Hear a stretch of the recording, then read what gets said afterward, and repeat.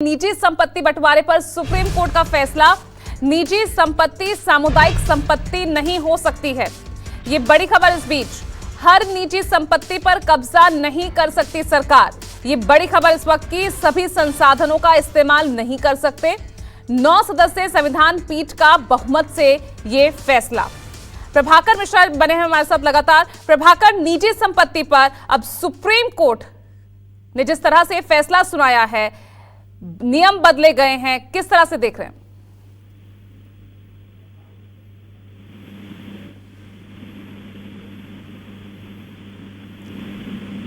प्रभाकर, आवाज पहुंच रही है आप तक?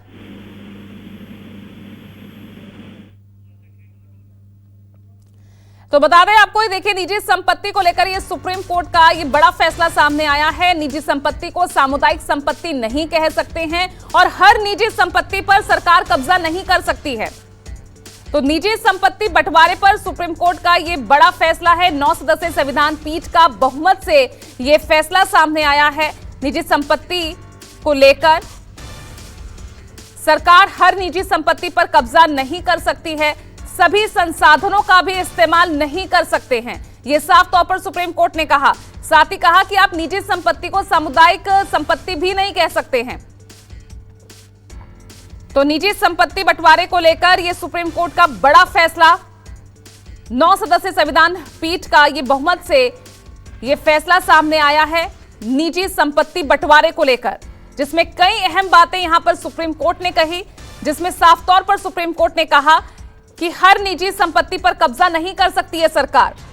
निजी संपत्ति को सामुदायिक संपत्ति भी नहीं कह सकते हैं। इसके अलावा निजी संपत्ति बंटवारे को लेकर सामुदायिक संपत्ति ये नहीं हो सकती है, सीधे तौर पर सुप्रीम कोर्ट ने कहा। प्रभाकर लगातार हमारे साथ बने हुए हैं। प्रभाकर, ये अगला बड़ा फैसला है निजी संपत्ति बंटवारे को लेकर।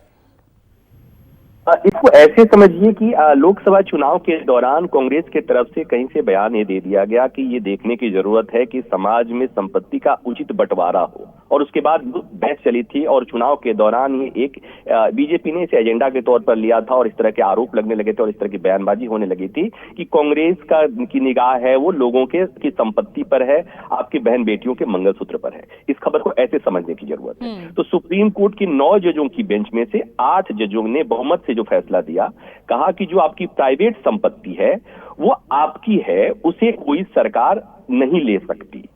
ये बहुत महत्वपूर्ण है। इसे समझिए कि अगर कोई आदमी अपने श्रम से कमा करके अपनी संपत्ति बनाया हुआ है तो उसे कोई सरकार उसका अधिग्रहण नहीं कर सकती। साथ ही कोर्ट ने एक बात और कही है, वो ये कि कुछ संपत्ति बेशक अगर राज्य को लगता है कि वो समाज के अच्छे हित में जरूरी है तो उसका अधिग्रहण किया जा सकता है। उसके मापदंड होंगे, उसके मानदंड होंगे। मतलब ये कि जो आम आदमी, आपकी संपत्ति, हमारे दर्शकों की संपत्ति, उनको चिंता करने की जरूरत नहीं है।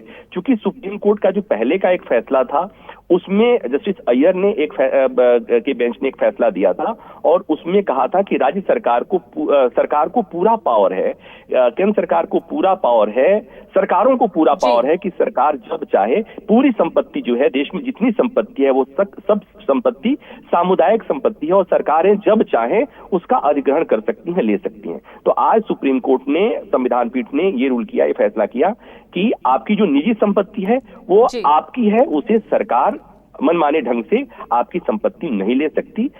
वो सामुदायिक संपत्ति नहीं है। आप अपनी संपत्ति को लेकर के निश्चिंत रह सकते हैं। ठीक है, तो एक बहुत बड़ा यहाँ मैसेज भी यहाँ जनता को दिया गया है निजी संपत्ति मामले में ये फैसला सुनाकर। बहुत बहुत शुक्रिया आपका प्रभाकर इस तमाम जानकारी के लिए।